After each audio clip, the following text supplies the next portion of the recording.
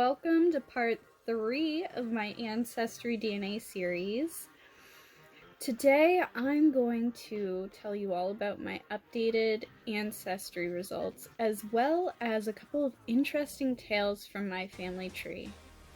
One tale involves the descendants of the Stuart family of Scotland, and the other is about Finnish politician, and my great-grandparents' immigration from Finland to Canada. So stick around if you want to hear all about it.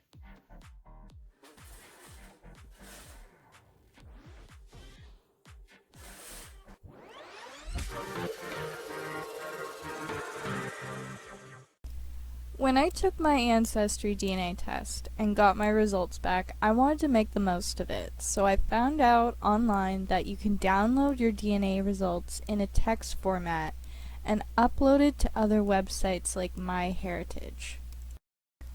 I'll include the links down below for more information on the process of downloading a copy from Ancestry and uploading it to MyHeritage. It was free to do this process, and I'm glad I did because I basically got a second opinion on my ethnicity results. Between MyHeritage and Ancestry, they were similar, but there were other portions that were remarkably different. The results on MyHeritage were calculated at 74.6% English, 13.5% Finnish, 9% Baltic, 0.9% European, 0.8 Irish, Scottish, and Welsh, and last but not least, Mesoamerican and Ondayan at 1.2%. I was super confused by the result of Eastern European and having a result of Baltic and Mesoamerican Ondayan. MyHeritage is also super basic compared to Ancestry and didn't offer much of an explanation.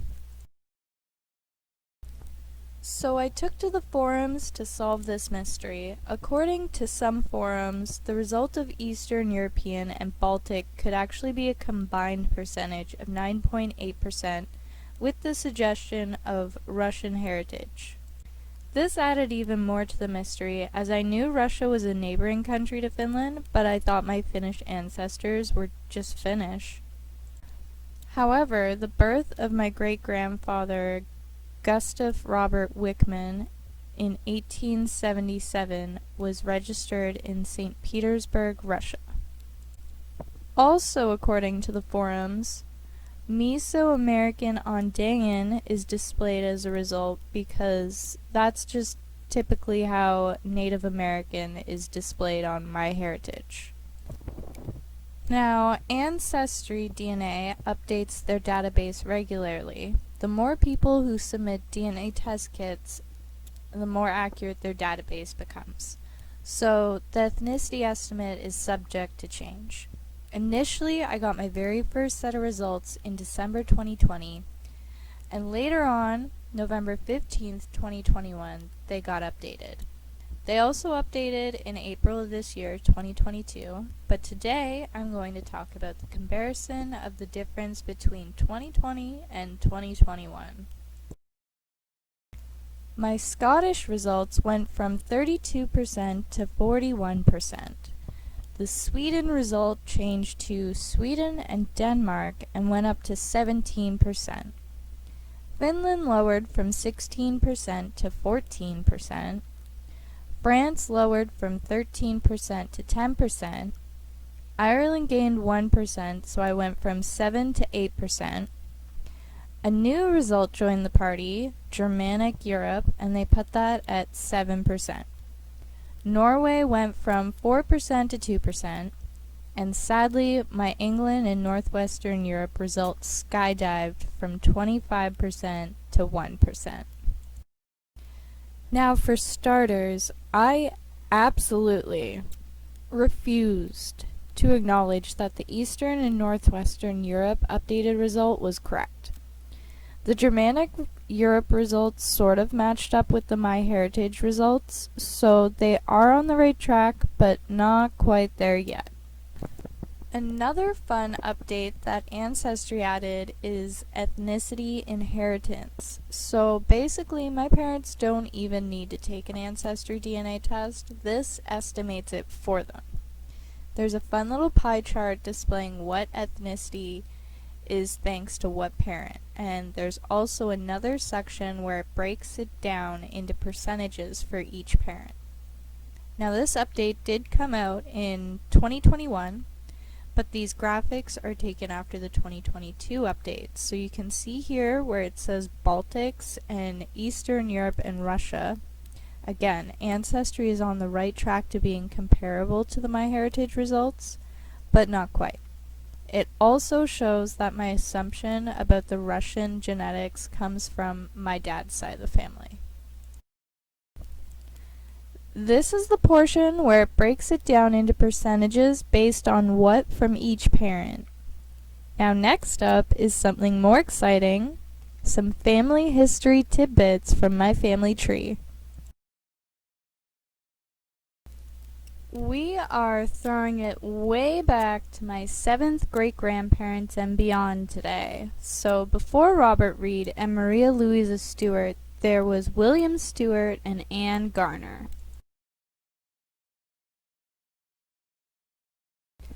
I don't know about you, but I just love love stories, and this story is associated with a property called Ballydrain in Dunmurry, Northern Ireland.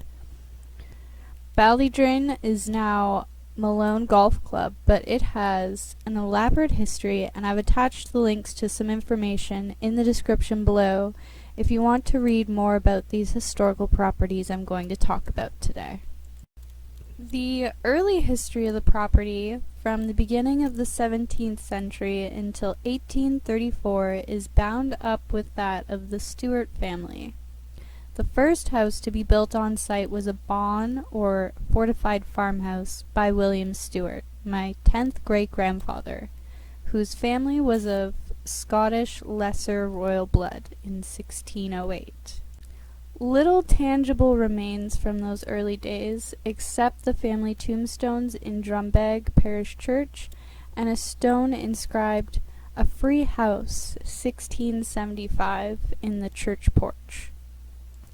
The tale of love involved William Stewart's son John and Anna Wilson, daughter of John Wilson, Laird of Croglan near Dumfries.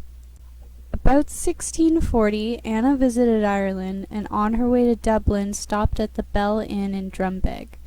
It being full, she went to Ballydrain, and at the innkeeper's suggestion was met with every kindness by the housekeeper. The owner of the estate, John Stewart, my 9th great-grandfather, was absent at the time of her arrival. However, during the night he returned unexpectedly, met Anna, fell in love, and eventually married her. In later years, to commemorate their meeting, the couple built a small house by the entrance to Ballydrain with a stone inscribed "A Free House, 1675" over the door. The little house survived until about the beginning of the 19th century. After its demolition, the stone was salvaged to become a family heirloom and is now in the care of Drumbeg Parish Church. John Stewart died in 1691, aged 69. Anna died in 1682, aged 63. After their deaths, the property then passed to John's son Thomas, and later to Thomas's son John, who married Jane. John and Jane are my 7th great-grandparents, who had 7 children, one of which was my 6th great-grandfather, William Stewart, who went on to later build an estate called Wilmont. The Stewarts were involved in both farming and linen, as were many other prosperous farmers in the Lagan Valley in the late 18th and early 19th centuries. There were bleach greens at Ballydrain, Wilmont, which was in operation until 1815, Edenderry, New Forge, Dunmurry, and Lembeg, to name but a few areas. In addition to linen and farming, Robert of Ballydrain and William of Wilmot were involved in the money market, being among 15 gentlemen who started the Belfast Discount Company in March 1793. Robert and William each gave £300 towards the building of the White Linen Hall in 1782. William's son John kept the family tradition in commerce, being one of 6 partners in the Belfast Commercial Bank, which started business in 1809, with each of the partners putting about £10,000 into the firm. However, he resigned his partnership in 1815. By the mid-1830s, the Stuart family influence was on the wane.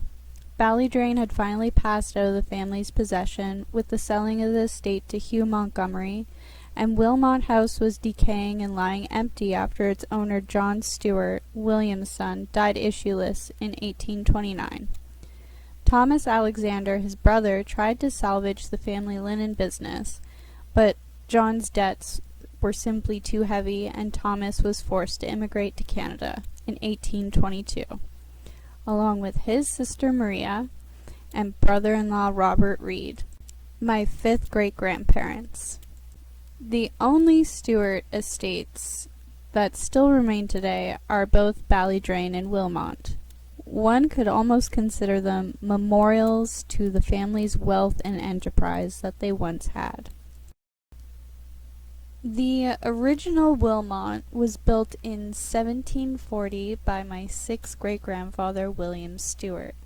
It's since been renovated over the years, but the Ordnance Survey Memoirs of 1837 describe it as being a commodious structure 2 stories high and a double roof. The yards were well enclosed, the offices extensive, and all slated.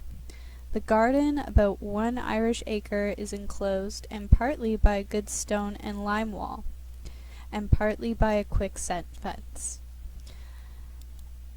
With 2 large greenhouses, the lawn in front of the house was also large, and ornamented with a variety of forest trees.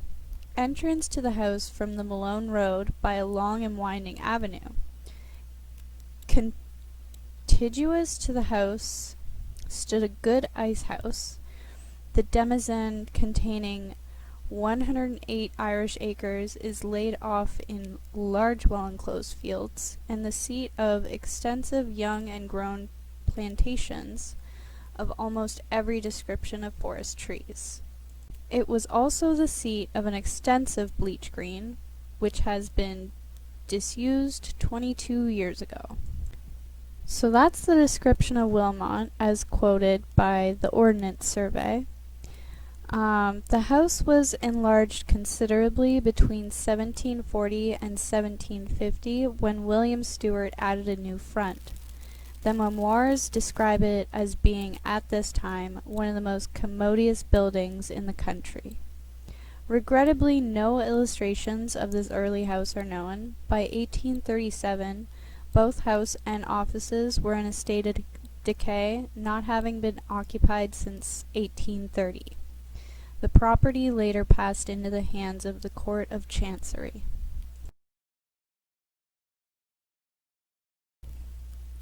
So that was a tale from my mom's side of the family. Now to skip across the water to Finland, my dad's side of the family.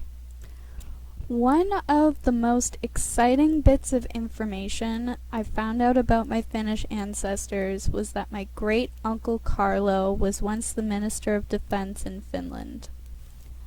My great-grandmother's name was Ida Heinonen, and both her and my great-grandfather Gustav Wickman immigrated to Canada in the early 1900s. After their arrival in Canada, they were then married on June 8, 1907 in Toronto, Ontario. Around the time of their immigration, things were gradually evolving in Finland. In 1906, Finland had become the first European country to recognize women's rights to vote. So during the next election period, March 15th and 16th, 1907, European history was made in the towns and rural hamlets of Finland.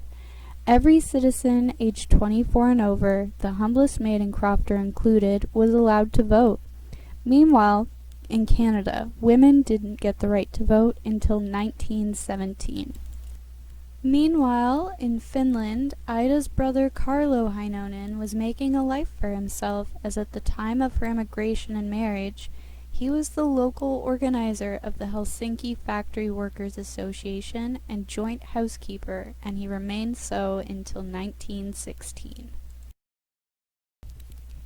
By 1916, Ida and Gustav had 6 children, and they had established a homestead in northern Ontario.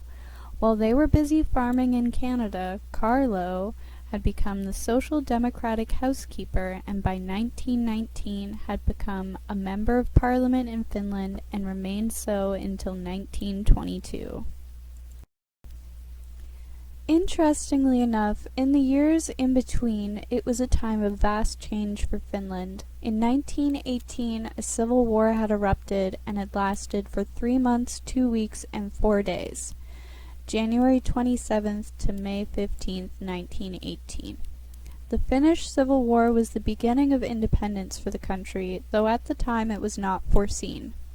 In the immediate aftermath, Finland passed from Russian governance to the German sphere of influence, and with a plan to establish a German-led Finnish monarchy. The scheme ended with Germany's defeat in World War I, and Finland instead emerged as an independent democratic republic. The Civil War divided the nation for decades.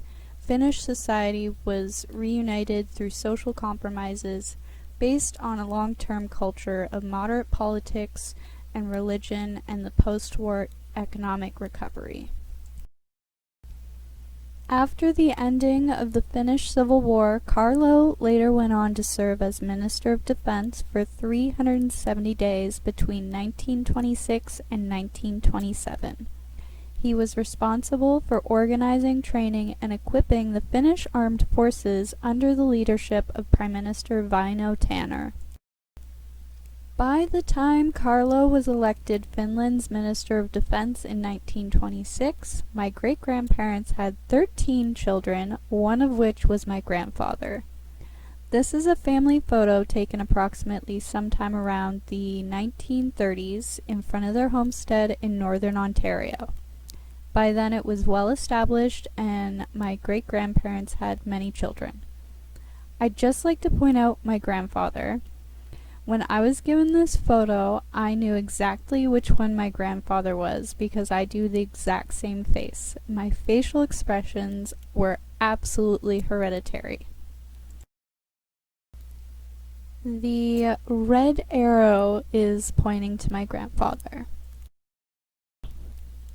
Over the years, Carlo kept in touch and wrote letters from Finland to his sister Ida in Canada.